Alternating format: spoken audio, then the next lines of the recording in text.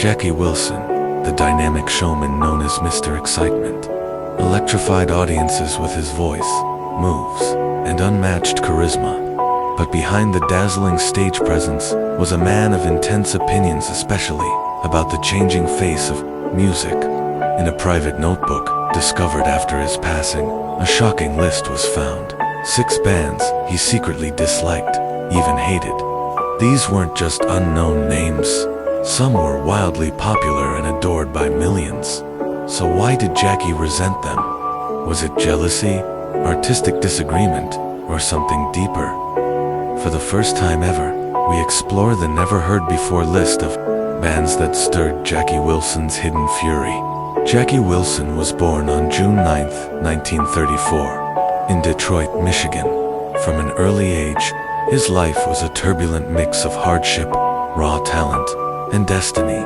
Raised in a tough neighborhood, Jackie's early years were marked by street fights and run-ins with the law. But even in the chaos, his voice stood out. His mother, deeply religious and a lover of gospel music, noticed his gift early on and encouraged him to sing in church.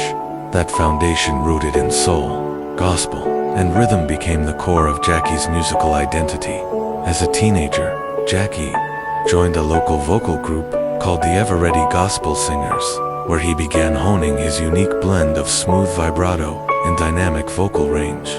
But gospel alone couldn't contain his fire.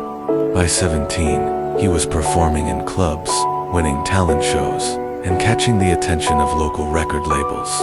In 1953, he replaced Clyde McPhatter as lead singer of the Dominoes, which brought him national exposure. But Jackie wasn't meant to be a backup. He craved the spotlight. By 1957, his solo career launched like a rocket, with hits like Reet, Petite, and later the legendary Lonely Teardrop. But fame didn't change his standards. Jackie had a deep respect for true vocal artistry and despised trends that, in his eyes, lacked soul or authenticity. As rock bands began to rise and dominate the charts, Jackie often felt their success was built on watered-down versions of black musical roots, something he took personally. This bitterness, though never publicly expressed, simmered beneath the surface for years. Number 1. The Beatles. Jackie Wilson had a complicated relationship with the Beatles, not personally, but musically. While the world was swept into Beatles, Jackie remained unimpressed. He saw in the Beatles a group of young white musicians who had become global sensations, largely by reinterpreting sounds that had long existed within black American music. To Jackie, their fame wasn't earned through originality, but through the repackaging of rhythms and styles pioneered by artists like himself, Sam Cooke, Ray Charles, and Little Richard. It frustrated him that the same society that had overlooked black performers for decades now celebrated the Beatles for playing a polished version of what black artists had already mastered. Jackie, known for his perfectionism and fierce dedication to vocal precision, found the Beatles' raw, early sound amateurish. He often dismissed their harmonies as flat and their stage presence as lacking soul. What made it worse, in his view, was the way mainstream media painted the Beatles as revolutionary, when he believed they were simply standing on the shoulders of artists who never got their due. Privately, he once remarked to a fellow musician that their boys playing with borrowed instruments, a stinging line that reflected his sense of injustice. Though he never aired these opinions publicly, perhaps knowing how unpopular they would be, his resentment was real. Jackie never denied their success or songwriting ability, but he couldn't help but see them as symbols of an industry that often sidelined black talent while glorifying white acts who borrowed from them. For him, the Beatles were not enemies, but they were reminders of an unfair system, and that quiet anger lingered with him long after the screaming crowds faded. Number 2. The Rolling Stones. Jackie Wilson had an even deeper disdain for the Rolling Stones than he did for the Beatles. While he viewed the Beatles as harmless imitators, the Rolling Stones felt more like aggressors, raw, edgy, and unapologetically drawing from the blues traditions of black America without offering due credit.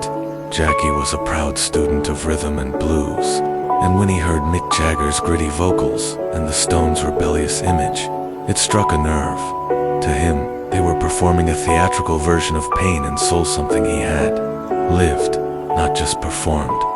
Songs like Little Red Rooster and I Just Want to Make Love to You, originally written and performed by black blues legends, were now topping the charts with British voices. Jackie couldn't understand why. White America suddenly had an appetite for blues when it came through foreign mouths. Privately, he felt that the Rolling Stones were capitalizing on a culture of struggle they neither fully understood nor respected.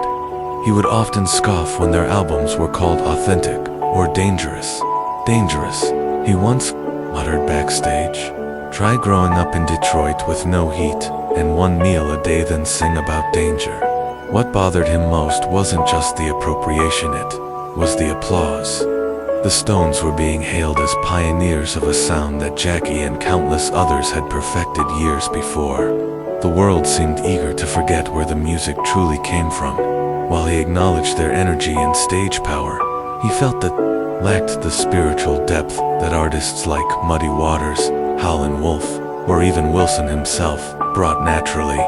For Jackie, the Rolling Stones symbolized everything wrong with the music industry's blind spots, its convenient memory, and its refusal to honor the roots while celebrating the branches. Number 3. The Monkees. Of all the bands Jackie Wilson quietly resented, none irritated him more than the Monkees. To him, they weren't musicians, they were manufactured performers, playing pretend in a space that was once sacred. The Monkees were assembled not in the smoky rooms of struggle or on the back roads of gospel tours, but in a casting room for a television show. That fact alone, for a purist like Jackie, was unforgivable. He saw them as a marketing stunt dressed up as a band, and while fans adored their catchy hits and comedic charm, Jackie felt insulted by the industry's willingness to crown them stars. Where was the blood, the sweat, the long nights on the road? Where was the soul? Jackie had paid his dues surviving brutal schedules, racial discrimination, and artistic rejections to get a shot at singing his truth. Meanwhile, here were, for actors, handed guitars and songs written by others, lip-syncing their way into Billboard success. It wasn't just about talent, it was about authenticity. Jackie believed music should come from the heart, not a script. When he saw young fans screaming for the Monkees like they were the next big thing, he couldn't help but feel the sting of disrespect, not to him personally, but to the legacy of every real musician who had fought for recognition. In private conversations, Jackie referred to the Monkees as bubblegum noise, sweet, empty, and short-lived. He didn't deny their entertainment value, but he refused to call them artists. For him, they symbolized the growing threat of commercialization in music where image trumped soul, and sincerity was replaced with sales.